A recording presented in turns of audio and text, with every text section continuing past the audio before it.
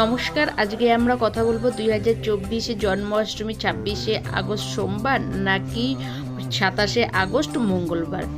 রাধে রাধে কৃষ্ণা বাকি বিহারীর আরও একটা ব্লগ ভিডিওতে সকল ভক্তদের জানাই অনেক অনেক স্বাগত।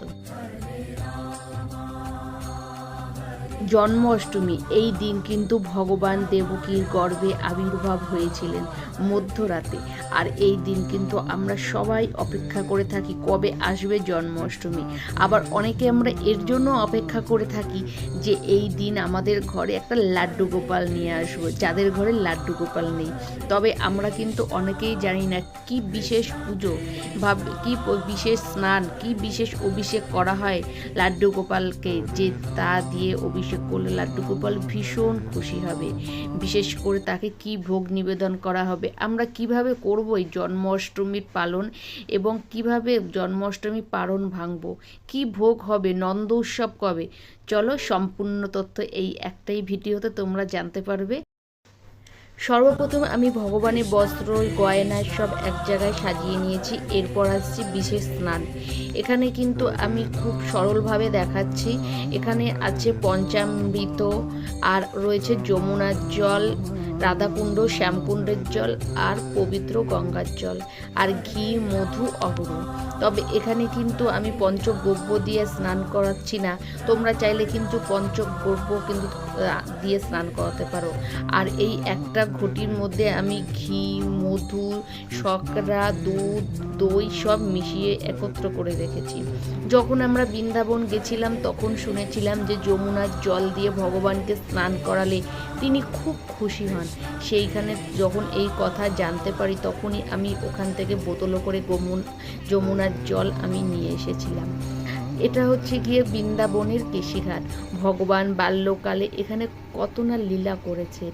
তিনি 8 বছর বয়সে এখানে কালিয়া দমন করেছেন, গোপীদের ড্রেস চুরি করে লুকিয়ে রেখেছেন, আরও না জানি কত কি লীলা করেছেন। যমুনার পাড়ে তিনি এমনকি গরুও অবধি চড়িয়েছেন রাখাল বালক হয়ে।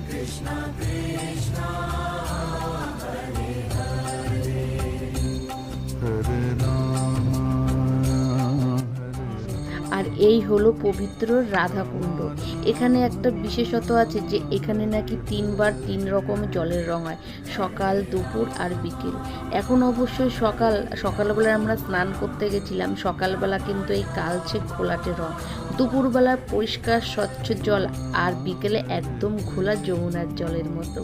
তারপর দেখো পাশাপাশি রয়েছে আমাদের শ্যামকুণ্ড। এখানে রাধাকুণ্ড, শ্যামকুণ্ডর জল খুবই পবিত্র।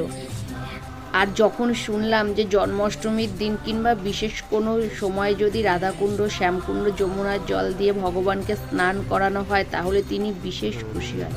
এবার চলো আমরা জেনে নেব যে কিভাবে আমরা ভগবানকে স্নান দেব। সর্বপ্রথমে একটা পাত্রে দেখো আমি এখানে অষ্টশতদল কিংবা হচ্ছে গিয়ে ওং তোমরা এঁকে নিতে পারো, আমি ওং লিখে নিচ্ছি। এরপর এর মাথায় আমি চন্দ্রমা দিয়ে তার মধ্যে ফুল, তুলসী দিয়ে দেব। আমরা যেই স্নানের পাত্র তৈরি করেছি তার মধ্যে অবশ্যই তুলসী আর তোমরা কিন্তু ফুল দিয়ে দেবে। এছাড়া কিন্তু ভগবানের স্নান হয় না। এছাড়াও বিশেষভাবে কিন্তু তোমরা কিন্তু ফলের রস দিয়ে কিন্তু স্নান করাতে পারো, যে কোনো সিজনাল ফল হতেই পারে। সহস্র ধারারও কিন্তু স্নান করানো হয়ে থাকে। এবার এই মধ্যে ভগবানকে আমি বসিয়ে তারপর কিন্তু তাকে কিন্তু স্নান করাবো। আর স্নান করানোর আগে থেকে কিন্তু ঘণ্টা, কাশি বাজাতে হবে, শঙ্খের ধ্বনি দিয়ে তারপর কিন্তু স্নান আরম্ভ করতে হবে। আর একটা কথা বলি, ভগবানকে অবশ্যই কিন্তু সহস্রধারা স্নান কিংবা শঙ্খের দ্বারাও তোমরা স্নান করাতে পারো। ভগবানের জন্ম যেহেতু মধ্যরাতে হয়েছে তাই আমরা কিন্তু মধ্যরাত্রে অবধি কিন্তু উপোস করে কিন্তু ভগবানের স্নান কাজ সম্পন্ন করব। আমরা ভোরবেলায় উঠে ব্রহ্মকালে স্নান বিধি সেরে তিলক ধারণ করে ভগবানের চরণে কিন্তু আমরা ফুল, তুলসী অর্পণ করে তার কাছে হাত জোড় করে কৃপা চাইব। আর ভগবানের কাছে এটাই প্রার্থনা করব যে আমি যেন তার কাছে কেন নির্জলা উপোস থাকতে পারি। যারা নির্জলা উপোস থাকতে পারবে না তারা অবশ্যই কিন্তু জল কিংবা শরবত, ফল, আলু সিদ্ধ, মিষ্টি আলু সিদ্ধ এগুলো কিন্তু খেতে পারবে।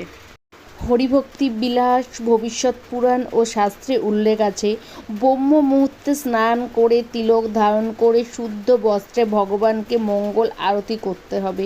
ভগবানের কাছে প্রার্থনা করব, ভগবানের কাছে প্রার্থনা করার কারণ তার কৃপা ছাড়া তো কোনো কিছু হয় না। অতএব আমি যে উপবাস করব তার কারণই তো তার কৃপা ছাড়া তো কিছুই সম্ভব না।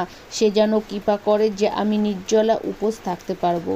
যারা একটু বয়স হয়েছেন তারা অবশ্যই কিন্তু মিষ্টি আলু, আলু সিদ্ধ কিংবা গিয়ে দুধ, ফল এগুলো আহার করতে পারবেন।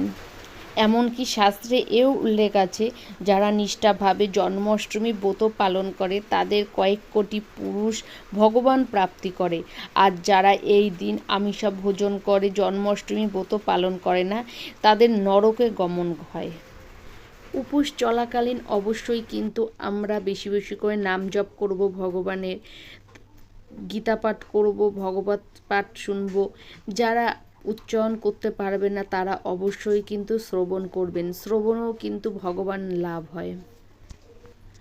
এমনকি বাড়িতে যদি ছোট কোনো বাচ্চা থাকে তা সেও কিন্তু ভগবানের চরণে কিন্তু ফুল তুলসী অর্পণ করে কৃপা প্রার্থনা চাইবে।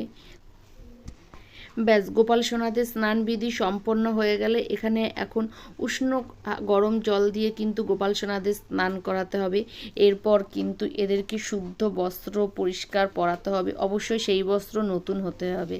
আমি কিন্তু গোপাল সোনাকে নতুন বস্ত্র পরিয়ে দিয়েছি, মালাও পরিয়ে দিয়েছি।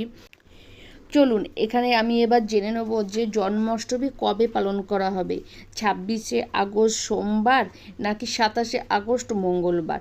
এক্ষেত্রে আমি বলে রাখি, যারা 12টার পর কিংবা রাত নিশিরাত চাইছেন তারা অবশ্যই কিন্তু 26শে আগস্ট সোমবার পালন করবেন। 26শে আগস্ট সোমবার 3:39 AM কিন্তু জন্মাষ্টমী তিথি লাগবে। 27শে আগস্ট রাত 2:19 AM কিন্তু জন্মাষ্টমী তিথি ছেড়ে যাবে। রোহিণী নক্ষত্রের মধ্যে কিন্তু ভগবানের জন্ম হয়েছিল। রোহিণী নক্ষত্র কিন্তু সন্ধে 6টা থেকে 6:30টার মধ্যে ছেড়ে যাবে। যারা রোহিণী নক্ষত্রের মধ্যে ভগবানের জন্মাষ্টমী পালন করতে চাইছেন তারা অবশ্যই কিন্তু সোমবার পালন করে থাকবেন। এবার চলুন ভগবানের বিশেষ ভোগ কি? বড়া, তালের বড়া কিন্তু ভগবানের অত্যন্ত প্রিয়। আর ক্ষীরও কিন্তু ভগবান ভীষণ পছন্দ করে থাকেন। আপনার সাধ্যমতো ফল দেবেন, মিষ্টি ভগবানের খুবই প্রিয়, আর মালপোয়া। এক্ষেত্রে বলি আপনারা চাইলে কিন্তু ননিও এই দিন অবশ্যই দান করে থাকতে পারেন। ননি কিন্তু ভগবান মাখন চুরি করে খেয়েছেন বাল্যকালে। দেবকী নন্দন সবার ঘর থেকে, ব্রজবাসীদের ঘর থেকে মাখন চুরি করে খেতেন। তার কিন্তু মাখন ভীষণ পছন্দ। তারপর আমরা এখানে পঞ্চপ্রদীপ দিয়ে আরতি করে নেব, তারপরে কর্পূর দিয়ে আরতি করে নেব, তারপর পাখা দিয়ে আরতি করে দেবো, সবার লাস্টে চামড় দিয়ে। আর যখন আমরা আরতি করব, যখন আমরা পঞ্চপ্রদীপ দিয়ে আরতি করব তখন ধূপদানি ধরার আগে কিন্তু অবশ্যই আমরা কিন্তু আচমন করে নেব। আর যখনই যেইটাই ছোবো তার আগে কিন্তু হাত শুদ্ধ করে নেব। ব্যাস, এভাবে কিন্তু সরল বিধিতে কিন্তু আপনার জন্মাষ্টমী ব্রত পালন করে থাকতে পারেন। আমরা কিন্তু এই দিন কিন্তু বিশেষভাবে তুলসী শুকনো কাঠ দিয়ে কিন্তু ভগবানের আরতি করতে পারি। এতেও কিন্তু ভগবান খুব খুব খুশি হন। লাড্ডু গোপালকে আমরা লাড্ডু দেব। বাস, এইভাবেই কিন্তু সরল বিধিতে আপনারা জন্মাষ্টমীর ব্রত পালন করতে পারেন। জন্মাষ্টমীর 7 দিন আগে যারা আমিষ খান তারা কিন্তু অবশ্যই নিরামিষ আহার গ্রহণ করার চেষ্টা করবেন। আর যারা নিরামিষভোজী তাদের তো কোনো কথাই নেই। জন্মাষ্টমীর পরের দিন কিন্তু অবশ্যই আমরা নন্দ উৎসব করব। এই দিন নন্দরাজা সবাইকে কিন্তু ভোজন করিয়েছিলেন ব্রাহ্মণদের, আর দানও করেছিলেন। আর আমরাও কিন্তু চেষ্টা করব যে এই দিন গরিব ব্রাহ্মণ কিংবা গরিব দুস্থ লোকদের কিছু না কিছু দান করার। আর সবাই তো আমরা যে যেরকমভাবে পারবো সামর্থ্য সেরকমভাবেই করব। অবশ্যই যারা বড় করে অনুষ্ঠান করতে না পারবেন তারা ছোটোখাটো করে কিন্তু সবাইকে কিন্তু একটু প্রসাদ দেওয়ার চেষ্টা করবেন। আর সবার শেষে কিন্তু আমরা কিন্তু ক্ষমা প্রার্থনা চাইবো, কারণ আমরা মানুষ, আমাদের কিন্তু ভুল ত্রুটি হয়েই থাকে।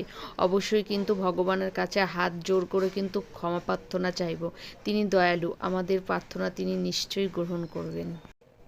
আমরা সামর্থ্য অনুযায়ী কিন্তু জন্মাষ্টমীর ব্রত পালন করব, আর ভগবত কৃপা অবশ্যই কিন্তু লাভ করব।